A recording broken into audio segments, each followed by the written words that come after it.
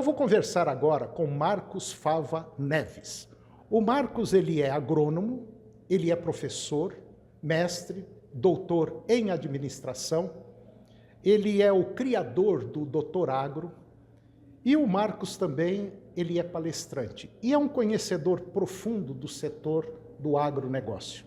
E ele está hoje em Goiânia, onde ele deu uma palestra no segundo encontro de agricultura irrigada da região Centro-Oeste, um evento muito grande. E o Marcos, na palestra dele, falou muito sobre o agro brasileiro, a necessidade que o mundo tem pelo Brasil, principalmente na produção de alimentos. E eu considero o agro um grande supermercado do mundo. É mais ou menos isso? É isso daí. Primeiro, queria ressaltar que nós estamos gravando num solo sagrado, que é na UFG. Pensar quantos talentos essa universidade não distribuiu pelo Brasil e pelo mundo, que hoje estão ajudando aí na nossa missão de gerar renda e criar oportunidades para as pessoas. E a ideia é essa mesmo, um prazer estar participando de um programa tão tradicional como esse, com certeza vou colocar no meu currículo. E o Brasil, eu tenho viajado bastante depois da pandemia, a gente voltou a fazer eventos externos e voltou a ver o que está acontecendo, e o mundo carece muito de comida e de energias renováveis. E o Brasil está sentado em comida, está sentado em energias renováveis, está produzindo para praticamente 1 bilhão de pessoas, e Goiás tem um papel muito relevante nisso, pelo potencial de crescimento e por tudo que fez aí nos últimos anos. Então, assim, eu estou há 32 anos agora como engenheiro agrônomo, há quase 30 atuando como empresário e educador, professor na Universidade de São Paulo, da FGV. Estamos montando agora uma universidade específica em agronegócios, a Harvard Agribusiness School. Eu nunca vi uma chance tão aberta para o Brasil como está agora de expansão. E o Brasil vem reagindo. Nos últimos 4 anos nós aumentamos a nossa área de grãos em 15 milhões de novos hectares, né? E aumentamos a produção em 70 milhões de hectares. Eu escrevi há alguns dias um artigo para o jornal China Daily de Pequim, ressaltando isso para o mundo. E se não fosse o Brasil, se não fosse o produtor rural brasileiro, aonde estaria a situação de crise alimentar do planeta? Então esse é um ponto que a sociedade mundial olha, que a sociedade mundial reconhece cada vez mais o trabalho do Brasil em ser essa âncora produtora para permitir com que as pessoas tenham acesso ao alimento. Eu costumo falar e falei há pouco na palestra, o número de estômagos segue crescendo em quantidade, em tamanho também, vai do campo para a cidade precisando de comidas diferentes, mais elaboradas, e nós temos uma quantidade imensa de pessoas hoje no mundo que não consomem o que elas gostariam de consumir porque elas não têm renda. Então, a partir do momento que essas pessoas tiverem renda, elas vão comer frango, vão comer suíno, vão comer carne bovina, vão comer peixe, né, vão comer mais sobremesa, vai puxar açúcar, enfim, essas coisas todas aí são muito importantes. Se o Brasil está com essa grande oportunidade aí pela frente no agro, e Goiás, então, uma oportunidade escancarada, né? Ô Marcos, eu tenho dito que o agronegócio brasileiro é uma questão de uma política pública direcionada para o agro. O agro é o único setor no país que continua crescendo, gerando divisas e segurando as pontas do país.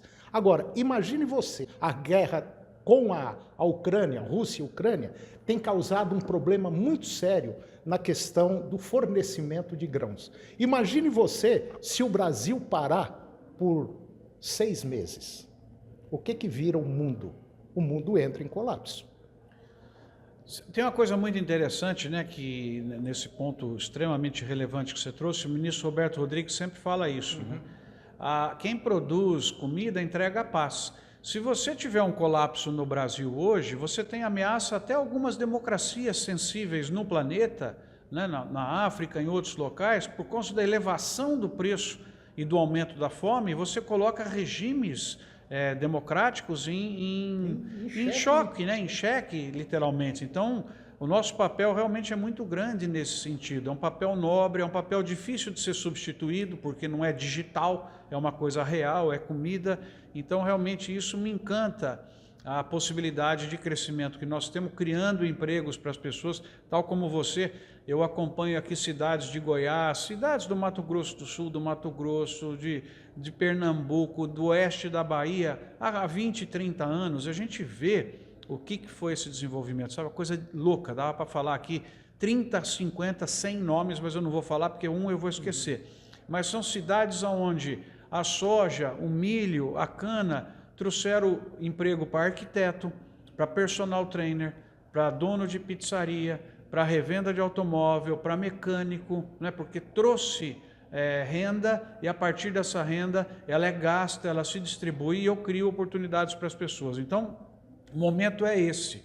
O momento é onde, como eu disse, mais de 30 anos de carreira, eu nunca vi o Brasil tão fortalecido nas viagens internacionais com a questão de que nós somos produtores de comida, com ampla chance de crescimento, com ampla chance de receber investimentos internacionais, não porque o Brasil fez, de certa maneira, a tarefa de casa, mas porque os outros pioraram bastante.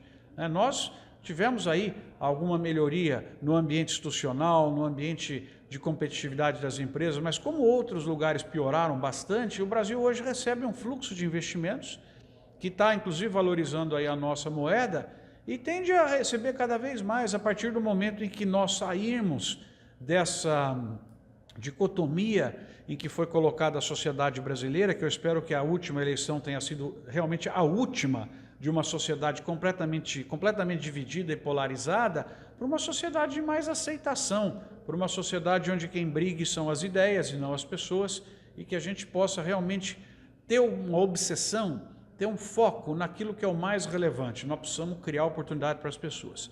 Quem cria oportunidade para as pessoas não é o Estado, é o empresário. Então, eu, como Estado, eu tenho que criar um poupa-tempo para o empresário poder investir mais e, com isso, gerar emprego.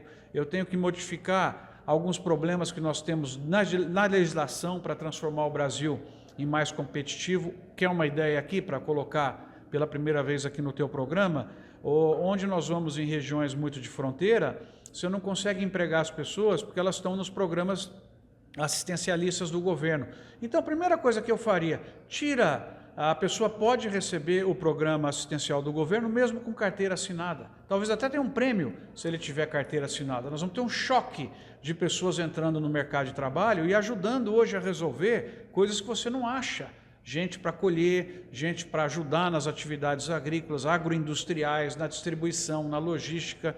Então você tem assim, é o que você falou, o nosso governo, independentemente da ideologia que tiver, e é importante que você tenha a alternância, ele tem que saber preservar a geração de caixa. Quem gera o caixa é o agro. Então, o agro tem que ter os principais projetos, porque é onde nós temos abertura para entrar mais no mundo, né? O Brasil hoje exporta para mais de 150 países. Olha só, em 2020, a gente vendeu para o mundo 100 bilhões de dólares. 100 bilhões de dólares, põe aí, quase 550 bilhões de reais.